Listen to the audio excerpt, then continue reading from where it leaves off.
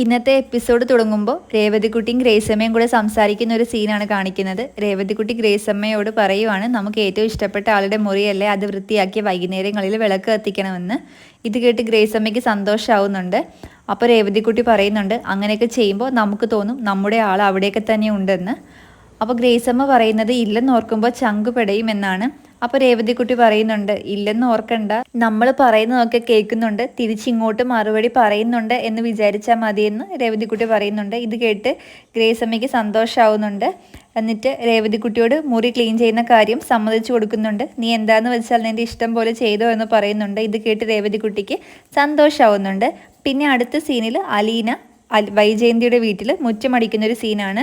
അപ്പുറത്തെ വീട്ടിലെ ഡോഗ് അലീനയുടെ അടുക്കളേക്ക് നടന്നു വരുവാണ്. അലീന ഡോഗിനോട് സംസാരിക്കുകയാണ്, നീ എങ്ങനെ പുറത്ത് വന്നു, നിന്റെ ഉടമസ്ഥൻ കണ്ട നിന്നെ വഴക്കിടും, നീ വീട്ടിലേക്ക് പൊക്കോ എന്നൊക്കെ പട്ടിയോട് പറയുമ്പോഴേക്കും അതിൻ്റെ ഉടമസ്ഥൻ ഒരു ഡോക്ടർ ശർമ്മയാണ്. പുള്ളിക്കാരൻ അലീനയുടെ അടുക്കിലേക്ക് വരുന്നു. എന്നിട്ട് അലീനയെ ചീത്ത പറയുന്നു, നീ എന്തോ കൊടുത്തിവനെ വശത്താക്കി വച്ചേക്കുവാന്നൊക്കെ പറഞ്ഞ് ചീത്ത പറയുന്നു. അലീന അപ്പോൾ പറയുന്നുണ്ട്, സാർ ഇവനെ പറഞ്ഞ് മനസ്സിലാക്കൂ, ഇവനാണ് ഇങ്ങോട്ട് മതിൽ ചാടി വന്നതെന്നൊക്കെ പറഞ്ഞിട്ട് തമാശ രൂപേണ ഒരു സംഭാഷണം നടക്കുകയാണ്. എന്നിട്ട് അടുത്ത സീനിൽ വൈജയും ബാലചന്ദ്രനും മക്കളും എല്ലാം ഫുഡ് കഴിക്കാൻ വേണ്ടി ഡൈനിങ് ടേബിളിന് ചുറ്റും ഇരിക്കുകയാണ്. രോഹിത് ആണെങ്കിൽ ഫോൺ നോക്കിയിരിക്കുവാണ്. ഇത് കണ്ട് കൃഷ്ണജ രോഹിത്തിനെ പ്ലേറ്റിൽ എന്തോ വച്ച് പറ്റിക്കുന്നുണ്ട്. എന്നിട്ട് അവർ തമ്മിൽ വഴക്കാവാൻ നേരത്ത് ബാലചന്ദ്രൻ പറയുന്നുണ്ട്, രണ്ടുപേരും മര്യാദയ്ക്ക് ഇരുന്ന് കഴിക്കുന്നു. വൈജയന്തി ആണെങ്കിൽ രോഹിത്തിനെ സപ്പോർട്ട് ചെയ്യുന്നുണ്ട്. അപ്പോൾ കൃഷ്ണമോൾ ഇങ്ങനെ വൈജയന്തിയെ നോക്കുന്നുണ്ട്. പിന്നെ അലീന ഓംലെറ്റ് കൊണ്ടുവരുമ്പോഴേക്കും കൃഷ്ണമോൾക്ക് വേണ്ടി കൊണ്ടുവരുന്ന ഓംലെറ്റാണ്. രോഹിത് അത് എടുക്കുന്നുണ്ട്. അപ്പോൾ കൃഷ്ണ പിന്നെയും വഴക്കുണ്ടാക്കുന്നുണ്ട്. അപ്പോൾ അമ്മ പിന്നെയും കൃഷ്ണമോളെയാണ് വഴക്ക് പറയുന്നത്, നിനക്ക് വേണമെങ്കിൽ ഒരെണ്ണം കൂടെ ഉണ്ടാക്കി തരില്ലേ എന്ന്. അപ്പോഴും കൃഷ്ണമോൾ അമ്മയെ നോക്കി പറയുന്നുണ്ട്, മകനെ ഇങ്ങനെ സപ്പോർട്ട് ചെയ്തോ ഭാവിയിൽ കരയേണ്ടി വരും എന്നിങ്ങനെ പറയുന്നുണ്ട്. വൈജ ഇങ്ങനെ കൃഷ്ണമോളെ നോക്കുന്നുണ്ട്. അലീന രണ്ടാമത് ഓംലെറ്റുമായിട്ട് വരുന്നുണ്ട്. അപ്പോൾ ബബിത കൃഷ്ണമോളോട് എനിക്കും വേണം എന്ന് പറയുന്നുണ്ട്. അപ്പോൾ അലീന പറയാൻ വന്നത്, അലീനയ്ക്ക് 2 ദിവസത്തെ അവധി വേണം, എറണാകുളം വരെ പോകണമെന്ന് വൈജയോട് പറയുന്നുണ്ട്. അപ്പോൾ വൈജ പറയുന്നു, നീ എന്തിനാ എറണാകുളം വരെ പോണേ? അപ്പോൾ അലീന അനിയത്തിയെ കാണാമെന്ന് പറയുമ്പോഴേക്കും വൈജ ചോദിക്കുന്നുണ്ട്, അതിന് നീ അനാഥയല്ലേ, നിനക്ക് അനിയത്തി ഉണ്ടോ എന്ന്. അപ്പോൾ അലീന പറയുന്നുണ്ട്, ഓർഫണേജിൽ എടുത്ത് വളർത്തിയതാണ്, കുഞ്ഞിലെ മുതൽ അവളുടെ കാര്യങ്ങളൊക്കെ അലീനയാണ് നോക്കുന്നത്, എറണാകുളത്തൊരു വീട്ടിൽ ജോലി ചെയ്യുവാണ്, അവളുടെ കാര്യങ്ങളൊക്കെ പോയി തിരക്കണമെന്ന് പറയുമ്പോൾ വൈജ പറയുന്നുണ്ട്, അതിന് ഫോൺ വിളിച്ച് ചോദിച്ചാൽ പോരെയെന്ന്. അപ്പോൾ അലീന പറയുന്നുണ്ട്, രേവതിക്കുട്ടിക്ക് ഫോണില്ല എന്ന്.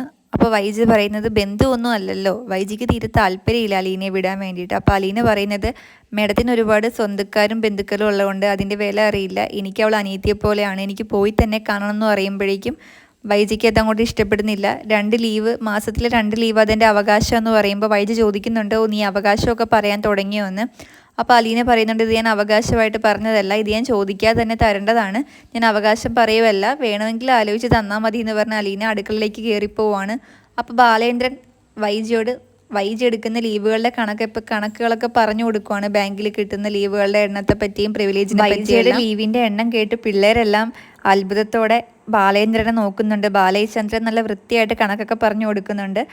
വൈജിക്ക് ദേഷ്യം വരുന്നുണ്ട്. എന്നിട്ട് ബാലേന്ദ്രൻ വൈജിയോട് പറയുന്നുണ്ട്, മാസത്തിൽ ഇത്ര അധികം ലീവുള്ള നീയാണ് 2 ലീവ് ചോദിക്കുന്ന വേലക്കാരിയോട് കണക്ക് പറയുന്നത് കൊള്ളാം. എന്നിട്ട് പെണ്ണ് തന്നെയാണ് പെണ്ണിൻ്റെ ശത്രു എന്ന് പറഞ്ഞ് ബാലേന്ദ്രൻ ഇറങ്ങിപ്പോവുകയാണ്. വൈജിക്ക് നല്ല ദേഷ്യം വരുന്നുണ്ടായിരുന്നു. പിന്നെ കാണിക്കുന്നത് ഗ്രേസമ്മയുടെ മാമച്ചൻ്റെയും വീടാണ്.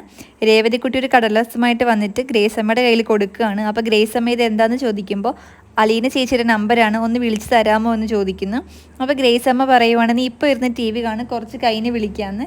എന്നിട്ട് രേവതിക്കുട്ടിയെ പിടിച്ച് TV കാണാൻ നിർത്തുന്നുണ്ട്. രേവതിക്കുട്ടിക്ക് TV കാണാൻ തീരെ താല്പര്യമില്ല. അലീനയെ വിളിക്കാൻ വേണ്ടി ഇങ്ങനെ ഡിസ്റ്റർബ്ഡ് ആയിക്കൊണ്ടിരിക്കുകയാണ്.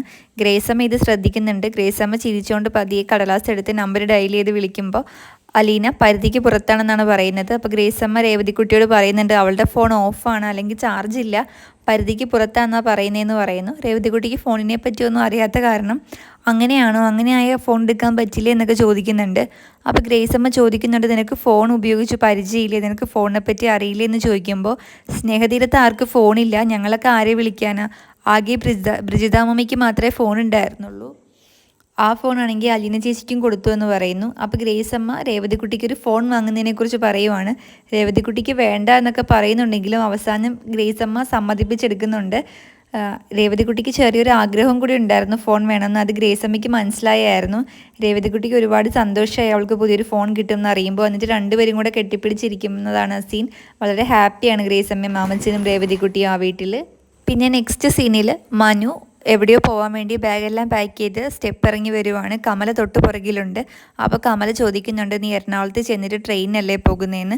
മനു അത് സമ്മതിക്കുന്നുണ്ട്. എന്നിട്ട് കമല ചോദിക്കുന്നുണ്ട്, നീ ബാംഗ്ലൂരിൽ നിന്ന് ഇൻഫോ പാർക്കിലേക്ക് വരുവാണോ എന്നൊക്കെ, അവിടെ സാലറി കുറവല്ലേ എന്നൊക്കെ ചോദിക്കുന്നുണ്ട്. എന്നിട്ട് ഒരു ഗ്ലാസ് ചായ കൊടുത്തിട്ട് പറയുന്നുണ്ട്, നീ അനന്യനെ പോയി കാണണം, ആ വഴി പോകുമ്പോൾ ഇടയ്ക്ക് അങ്ങോട്ടൊക്കെ പോകണം, അവർക്ക് നിന്നെ വലിയ കാര്യമാണ്, ഇഷ്ടമാണെന്നൊക്കെ പറയുമ്പോൾ മനു ഇഷ്ടപ്പെട്ടോട്ടെ, നല്ല കാര്യം എന്ന് പറയുന്നുണ്ട്. അപ്പോൾ കമല പറയുന്നുണ്ട്, നമുക്ക് രണ്ടുപേർക്കും കൂടെ ഒരു ദിവസം നീ ലീവ് എടുത്ത് അവിടെയൊക്കെ പോകണം, അവരെയൊക്കെ കാണണം എന്ന് പറയുമ്പോൾ മനു പറയുന്നത് ഹരിയുടെ കൂടെ പോകാനാണ്.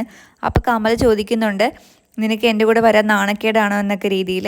അപ്പോൾ മനു പറയുന്നത് തർക്കിക്കാൻ സമയമില്ലെന്ന് പറയുന്നുണ്ട്. എന്നിട്ട് കമല മനുവിനോട് ചോദിക്കുന്നുണ്ട്, നീയും അനനിയും നല്ല ഫ്രണ്ട്സ് ആയിരുന്നില്ലേ കോളേജിൽ?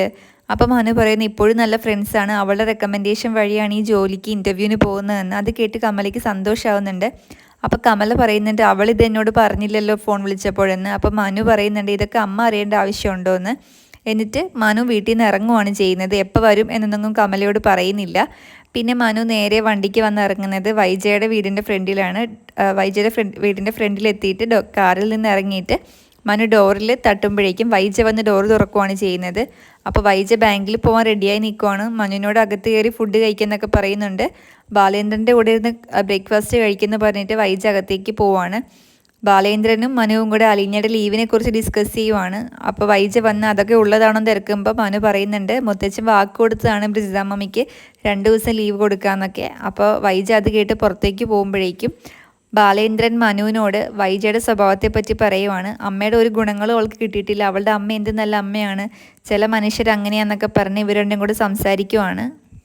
അതൊന്നും ഇവൾക്ക് കിട്ടിയിട്ടില്ലല്ലോ എന്നിങ്ങനെ പറയുവാണ്. അപ്പം മനു പറയുന്നുണ്ട്, എൻ്റെ അമ്മയെ പറ്റി അങ്കിളിന് അറിയില്ലേ, അത് ഇതിലും കഷ്ടമാണ്, ഇവരുടെ ഒന്നും കുഴപ്പമില്ല ഇങ്ങനെ ആവാൻ കാരണം എന്ന് പറഞ്ഞ് മനുവും ബാലചന്ദ്രനും കൂടെ ചിരിക്കുകയാണ്. അപ്പോൾ ബാലേന്ദ്രൻ എണീച്ചിട്ട് പറയുവാണ്, അവിടെ കൊല്ലപ്പള്ളിയിൽ എന്തൊക്കെയുണ്ട് വിശേഷമെന്ന് ചോദിക്കുമ്പോൾ മനു മുത്തശ്ശൻ്റെ മരണത്തെ പറ്റിയും മുത്തശ്ശൻ പോയ വിഷമത്തെ പറ്റിയും മുത്തശ്ശിയുടെ അവസ്ഥയെക്കുറിച്ചൊക്കെ ഇങ്ങനെ പറയുവാണ്.